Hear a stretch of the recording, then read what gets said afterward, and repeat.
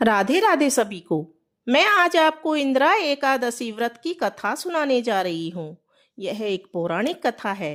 एक बार धर्मराज युधिष्ठिर श्री कृष्ण से कहने लगे कि हे भगवान, आश्विन कृष्ण एकादशी का क्या नाम है, इसकी विधि तथा फल क्या है, सो कृपा करके कहिए। भगवान श्री कृष्ण कहने लगे कि इस एकादशी का नाम इंदिरा एकादशी है। यह एकादशी पापों को नष्ट करने वाली तथा पितरों को अधोगति से मुक्ति देने वाली होती है। हे राजन, ध्यान पूर्वक इसकी कथा सुनो। इसके सुनने मात्र से ही वाजपेयी यज्ञ का फल मिलता है। प्राचीन काल में सतयुग के समय महिष्मती नाम की एक नगरी में इंद्रसेन नाम का एक प्रतापी राजा धर्म पूर्वक अपनी प्रजा का पालन करते हुए शासन करता था। वह राजा पुत्र, पौत्र और धन आदि से संपन्न था और विष्णु का परम भक्त था। एक दिन जब राजा सुखपूर्वक अपनी सभा में बैठा था, तो आकाश मार्ग से महर्षि नारद उतरकर उनकी सभा में आए। राजा उन्हें देखते ही हाथ जोड़कर खड़ा हो गया और विधि पूर्वक आसन व अर्घ्य दिया। सुख से बैठकर नारद मुनि ने राजा से पूछा, हे राजन, आपके सातों अंग कुशल पूर्वक तो हैं? तुम्हारी बुद्धि धर्म में और तुम्हारा मन विष्णु भक्ति में तो रहता है।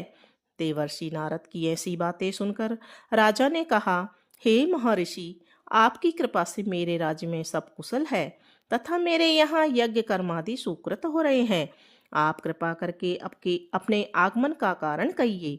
तब ऋषि कहने लगे, हे राजन, आप आश्चर्य देने वाले मेरे वचनों को ध्यान से सुनो। मैं एक समय ब्रह्मलोक से यमलोक को गया। वहां श्रद्धा पूर्वक यमराज से पूजित होकर मैंने धर्मशील और सत्यवान धर्मराज की प्रशंसा की। उसी समय यमराज की सभा में महान ज्ञानी और धर्मात्मा तुम्हारे पिता को एकादशी का व्रत भंग होने के कारण से देखा। उन्होंने संदेशा दिया, सो मैं तुमसे कहता हूँ। उन्होंने कहा है कि पूर्व जन्म में कोई विघ्न हो जाने से कारण मैं यमराज के निकट रह रहा हूँ। सो हे पुत्र, यदि तुम आश्विन कृष्णा इंदिरा एकादशी का व्रत मेरे निमित्त करो तो मुझे स्वर्ग की प्राप्ति हो सकती है। इतना सुनकर राजा कहने लगे, हे महर्षि, आप इस व्रत की विधि मुझसे कहिए। नारद जी कहने लगे, आश्विन माह की कृष्ण पक्ष की दशमी के दिन प्रातःकाल श्रद्धा पूर्वक स्नान आदि से निवृत्त होकर पुनः दोपहर को नदी आदि में जाकर स्नान करें। फिर श्रद्धा पूर्वक पितरों का श्राद्ध करें और एक बार भोजन करें। प्रातःकाल होने पर एकादशी के दिन दातुन आदि करके स्नान करें। फिर व्रत के नियमों को भक्ति पूर्वक ग्रहण करते हुए प्रतिज्ञा करें कि आज संपूर्ण भोगों को त्याग कर निराहार एकादशी का व्रत करूंगा। हे अच्युत, हे पुंडरीकाक्ष, मैं आपकी शरण में हूँ, आप मेरी रक्षा कीजिए। इस प्रकार नियम पूर्वक शालिग्राम की मूर्ति के आगे विधि पूर्वक श्राद्ध करके योग्य ब्राह्मणों को फलाहार का भोजन कराएं और दक्षिणा दें। पितरों के श्राद्ध से जो बच जाए उसको सूंघ कर गौ को दे दें और धूप, दीप, गंध, पुष्प, नैवेद्य आदि सभी सामग्री से ऋषिकेश भगवान का पूजन करें। रात में भगवान के निकट जागरण करें। इसके पश्चात द्वादशी के दिन प्रातःकाल होने पर भगवान का पूजन करके ब्राह्मणों को भोजन कराएं। भाई बंधुओं, स्त्री और पुत्र सहित आप भी मौन होकर भोजन करें।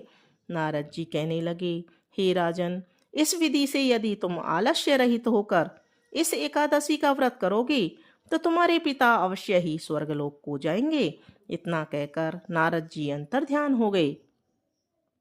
नारद जी के कथनानुसार राजा द्वारा अपने बांधुओं और दासों सहित व्रत करने से आकाश से पुष्प वर्षा हुई और उस राजा का पिता गरुड़ पर चढ़कर विष्णु लोक को गया। राजा इंद्रसेन भी एकादशी के व्रत के प्रभाव से निष्कंटक राज्य करके अंत में अपने पुत्र को सिंहासन पर बिठाकर स्वर्गलोक को गए। हे युधिष्ठिर, यह इंदिरा एकादशी का व्रत महात्म्य मैंने तुमसे कहा। इसको पढ़ने और सुनने से मनुष्य सभी पापों से छूट जाते हैं और सब प्रकार के भोगों को भोग कर बैकुंठ को प्राप्त होते हैं। बोलो विष्णु भगवान की जय।